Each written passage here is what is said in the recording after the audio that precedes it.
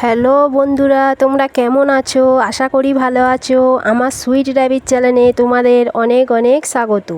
তোমরা যদি এই চ্যানেলে নতুন হয়ে থাকো অবশ্যই চ্যানেলটিকে সাবস্ক্রাইব ও বেল আইকনটি প্রেস করবে। আমার চ্যানেলটিতে খরগোশ সম্পর্কে অনেক তথ্য দেওয়া থাকে যেটি তোমাদের খরগোশ পালন করতে সাহায্য করবে। আজকের ভিডিওটির মূল বিষয় হলো খরগোশের বাচ্চারা মারা যায় কেন। তো বন্ধুরা, কথা না বাড়িয়ে শুরু করা যাক। তো বন্ধুরা, আগেই আমি আমার ভিডিওতে জানিয়েছি যে আমি খরগোশ পালন করি, ভিডিও বানাতাম না। তোমরা দেখেছো বন্ধুরা, খেয়ালির বাচ্চা দেওয়ার ভিডিওটা আমি শেয়ার করেছি। তো খেয়ালি প্রথমবার যখন বাচ্চা দিয়েছিল আমার সব বাচ্চা মারা গেছে।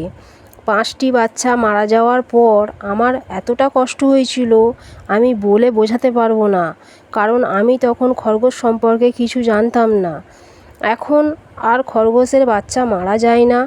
প্রথম যে বাচ্চাগুলি মারা গিয়েছিল তার কারণ হলো পিঁপড়ে। বাচ্চা দেওয়ার পর আমি বাচ্চাটিকে ঠিকভাবে যত্ন করতে পারিনি। খরগোশের বাচ্চা মারা যাওয়ার প্রথম কারণ হলো পিঁপড়ে। যখন খরগোশের বাচ্চা হবে তোমরা আগে দেখবে জায়গাটি পরিষ্কার আছে কি। যদিও মা খরগোশটি সব পরিষ্কার করে দিয়ে থাকে, তবে যদি দেখো জায়গাটি পরিষ্কার নেই, জায়গাটি পরিষ্কার করে নেবে। তারপর বাচ্চাগুলোকে নিয়ে একটি ট্রেতে তুলে রাখবে। তবে যদি ওতে অতিরিক্ত তুলে রাখবে। তারপরে হচ্ছে যদি অতিরিক্ত গরম থাকে তো তুলো দেবে না। প্রথমে একটি সুতির কাপড় দেবে যেটি খুব নরম, ট্রেতে পাতবে, ঠিক আছে। তারপর বাচ্চাগুলিকে রেখে উপরে একটু তুলো দিয়ে দেবে, কারণ বাচ্চাগুলির গায়ে লোম থাকে না।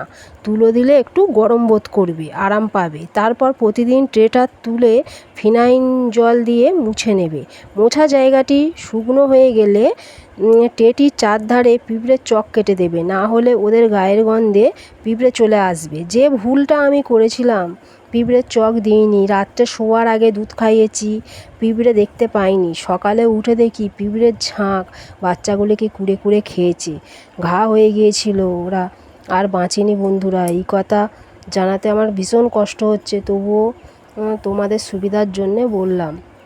দ্বিতীয় কারণ হলো, যেখানে মা খরগোশটি বাচ্চা দেবে বাচ্চাগুলি সেখানে রাখবে না। সাধারণত মা খরগোশ দিনে তার বাচ্চাকে 2বার দুধ খাইয়ে থাকে, তাই তোমরা বাচ্চাটিকে ধরে দুধ খাওয়ানোর চেষ্টা করবে। প্রথমের দিকে বাচ্চাদের পেট ছোট থাকে, তাই দিনে 3বার দুধ খাওয়ালেই হবে। বড় হলে চোখ ফোটার পর 4বার দুধ খাওয়াতে হবে। আবার যখন 1 মাস হয়ে যাবে তখন ওদের 2বার খাওয়ালে হবে, কারণ তখন ওরা বাইরের খাবার খেতে শিখে যায়। তৃতীয় কারণ হলো, যখন খরগোশের বাচ্চা চোখ ফোটে তখন দেখতে খুব সুন্দর লাগে। তো বাচ্চারা হাতে নিয়ে খেলা করার সময় তারা ভয় পেয়ে হাত থেকে লাফিয়ে পড়ে। মানে বাচ্চারা হয়তো খেলা করার জন্য নেবে, তখন হাত থেকে লাফিয়ে পড়ে, তো আঘাত পেয়ে বাচ্চাটি মারা যায়। চতুর্থ কারণ হলো অতিরিক্ত গরম সহ্য করতে না পারা। গরমের সময় অতিরিক্ত গরম হলে সহ্য করতে পারে না, তাই বাচ্চা মারা যায়। পঞ্চম কারণ হলো স্নান করানো। খরগোশকে স্নান করানো যাবে না বন্ধুরা। যদি নোংরা হয় জলে ভিনিগার মিশিয়ে কাপড় দিয়ে মুছিয়ে দেবে। স্নান করালে ওদের কানে জল ঢুকে যায় ও পরবর্তীকালে মারা যায়। 6 নম্বর কারণ হলো, খরগোশের বাচ্চা যখন 20 দিন হয়ে যাবে ওরা একটু করে বাইরের খাবার খেতে শেখে।